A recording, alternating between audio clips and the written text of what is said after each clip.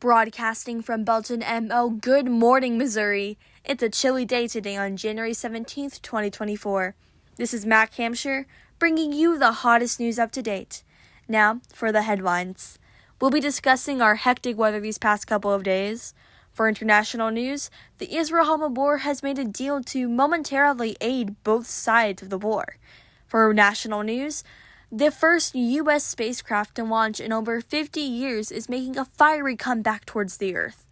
For local news, Kansas City Fire Department states that 4-year-old boy died in a local house fire, with 5 others being injured. In sports news, Jason Kelce has been said to be retiring from his position on the NFL Eagles.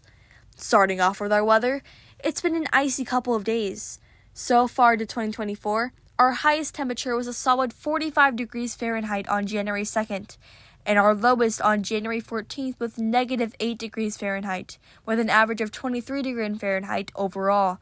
Last week, we were under a high danger watch for a snowstorm. Luckily, it only left us with a couple inches of snow. Temperatures have been going up and down throughout this year so far, and many are hoping they stay up. International-wise, Qatari mediators say that Israel and Hamas have come to a sort of deal about allowing aid to the war-ridden Gaza. They said that Israel will be giving more supplies to Gaza since their conditions have been less than suitable by the minute since the Israel bombardment. In response, hostages being held by Hamas will be given numerous medicines to help aid them during their captivity. However, the U.S. has stated that they wish further discussions will lead to the release of more hostages, helping them ease out of the war. The possibility is there, as the U.S. Middle East envoy has been placed in Qatar as they discuss the deal. Earlier this week, Foreign Ministry spokesperson Majid Al-Ansari announced details about the deal. The current plan for the transportation would be having the supplies stored in the capital of Qatar, and then will be leaving Doha sometime today, making its way to Egypt. The aid will then be transported to Gaza civilians, while the medicines will reach Israeli hostages.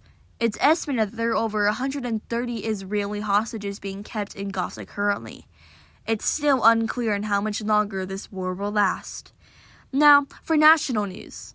The Peregrine spacecraft, which had launched only just last week, is surprisingly making a fierce entry back into the hemisphere after a detrimental fuel leak.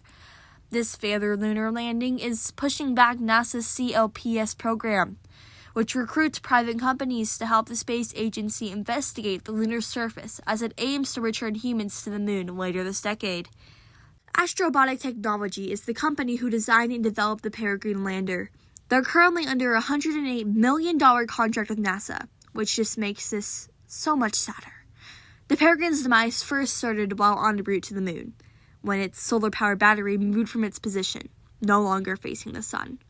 It then began leaking fuel, which left it unable to complete its mission of landing on the moon. Though it's not clear what first caused the leak, Astrobotics saw it as they didn't have any other choice but to lead it to its fiery demise. Focusing on our local news, the Kansas City Fire Department had announced that a 4-year-old boy had passed during a house fire, leaving 5 others injured. Just after 9 a.m. yesterday morning, KCFD responded to a trailer home fire near East 33rd Street. Respondees have stated that there was heavy smoke, and eventually were alerted that someone was left trapped. Upon finding the young boy, medics had brought him to Children's Mercy as soon as possible. Unfortunately, he was pronounced deceased hours after. The other 5 injured, 3 children and 2 adults, were sent in for evaluations. From KCFD, after their initial look on the premises, it seems there was no signs of foul play. And finally, our sports headliner. Currently taking over sports headlines, devastating word of Jason Kelce's retirement spreads like wildfire through the internet.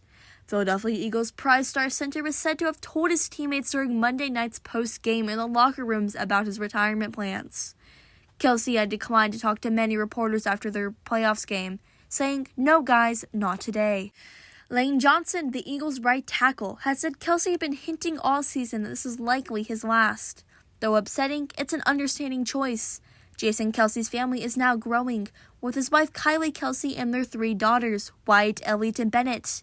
He loves his family, so after his 13 seasons with the NFL, this is a very well-deserved break.